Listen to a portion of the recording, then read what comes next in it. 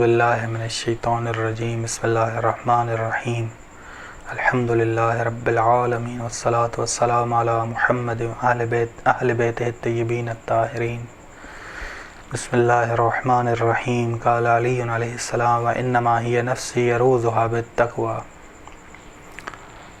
گفتگو جاری تھی سالک اللہ کے حوالے سے کہ سالک اللہ 4 سفر طے کرتا ہے، 4 سفر کرتا ہے، اور پہلے ہم نے بیان کیے کہ 4 سفروں کے موانعات اور رکاوٹیں کیا ہیں۔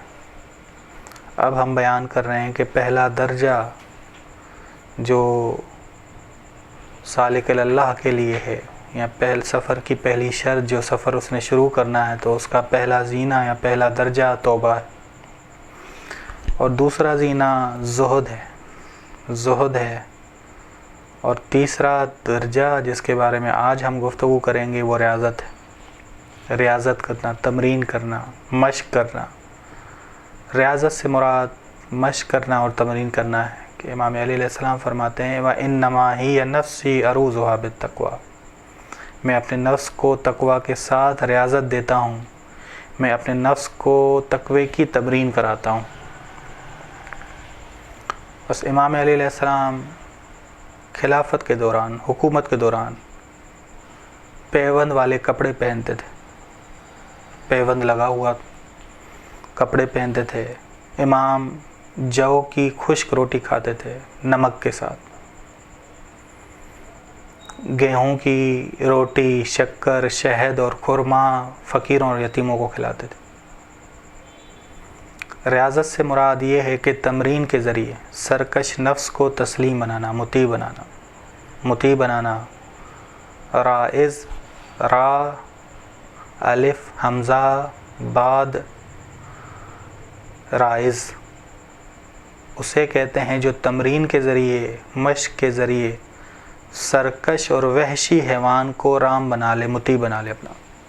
ہیں بہت سارے لوگ بڑی محنت کرتے ہیں، بڑی تمرین کرتے ہیں، اور ایک سرکش اور وحشی جانور کو اپنا مطیع بناتے ہیں۔ آپ دیکھتے ہیں کہ وہ جب بلاتا ہے تو یہ وحشی جانور ان کے ہاں بھاگے ہوئے، دوڑے ہوئے آتا ہے اور کوئی نقصان انہیں نہیں دیتا۔ اسے رائز کہتے ہیں۔ علم عرفان میں رائز وہ ہے جو اپنے سرکش نفس کو مطیع بنائے، تسلیم بنائے۔ نفس امارہ بالسوء کو نفس امارہ بالحسن بنا دے، نفس امارہ بالحسن بنا دے۔ سالک اللہ اپنے سرکش نفس کو مطیع بناتا ہے تاکہ اس کا نفس چوپائے ہونے سے بچ جائے، کہ چوپایا نہ بنے، بہیمیت اس میں نہ آئے، یا سبعیت اس میں نہ آئے، یعنی درندہ نہ ہو، اس کا نفس درندہ نہ ہو، یا شیطانیت اس میں نہ آئے، یعنی شیطان نہ بنے اس کا، کہ شیطان اب خود جب انسان شیطان بن جائے تو دوسروں کو گمراہ کرتا ہے۔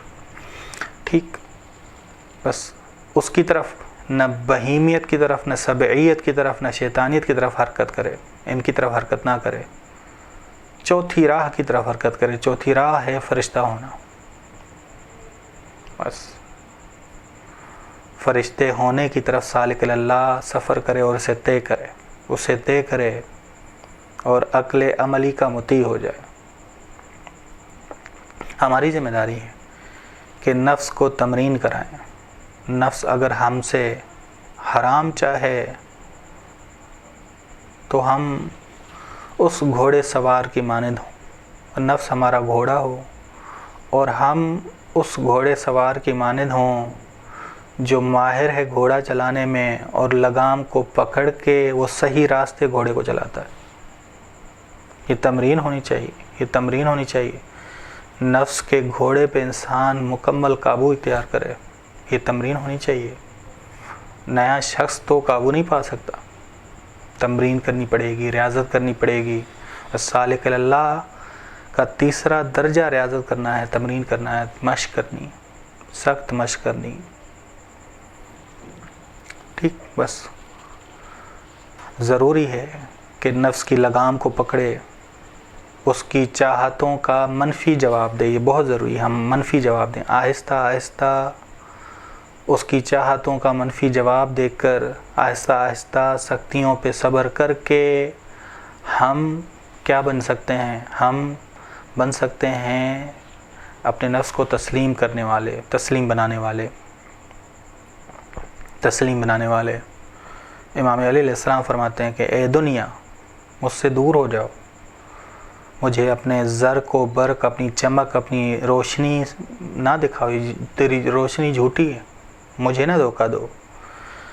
اے دنیا، میں تیرا کبھی خریدار بنوں گا نہیں، میں تیرا نہیں خریدار، میں تجھے نہیں خریدوں گا۔ یہ جملے امام نے اس وقت فرمائے جب امام حکومت میں تھے، قدرت میں تھے، جب امام شہرت میں تھے، مشہور تھے، وہ اسلامی حاکم تھے، بہت سارے علاقے تک امام کی مشہور تھی کہ یہ اسلامی حاکم ہے۔ بس تنہائی والے ایام میں امام نے تنہائی والے ایام گزارے، اس میں یہ ارشاد نہیں فرمایا، ارشاد تب فرمایا جب امام حکومت میں تھے، خلافت میں تھے، قدرت میں تھے۔ بس ہنر یہ ہے کہ انسان قدرت میں ہو، حکومت میں ہو، پورے جہاں میں اس کی شہرت ہو، لیکن انسان زہد سے جدا نہ ہو اور ریاضت کرتا رہے، تمرین اور مشق کرتا رہے۔ یہ سب سے بڑا ہنر، یہ بہت بڑا ہنر ہے۔ عثمان ابن حنیف انصاری، بصرے کے گورنر، امام نے خط لکھا کہ اگر میں چاہوں تو بہترین غذائیں کھا سکتا ہوں، لیکن نہیں کھاتا میں یہ کر سکتا ہوں لیکن نہیں کیا۔ یہ ہنر ہے کہ میں کر سکتا ہوں لیکن میں نے نہیں کیا۔ جب ایک فقیر میری حکومت میں موجود ہے تو میں چاہوں گا کہ وہ بہترین غذا اس فقیر تک پہنچے، اور میں سادہ غذا کھاؤں۔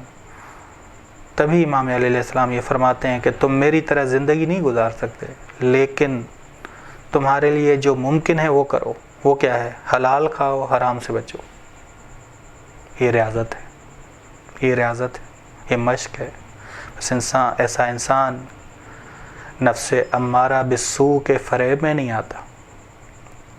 جہاد اکبر میں نفس امارہ بالسوء کو شکست دیتا ہے، اور جہاد سے پہلے وہ تمرین کرتا ہے۔ دشمن سے لڑنے کے لیے تمرین ہونی چاہیے ایک فوجی کو، ایک مشق ہونی چاہیے فوجی کی۔ مشق کرے گا تو دشمن سے صحیح لڑے گا۔ بس سالک اللہ، پہلی تمرین کرے توبہ، دوسری تمرین کرے زہد، اور اس کے بعد ریاضت کرے۔ اس کے بعد اس کا نفس امارہ بالسوء سے نفس امارہ بالحسن بنے گا۔ صلی اللہ علی محمد اہل بیتہ الطیبین الطاہرین۔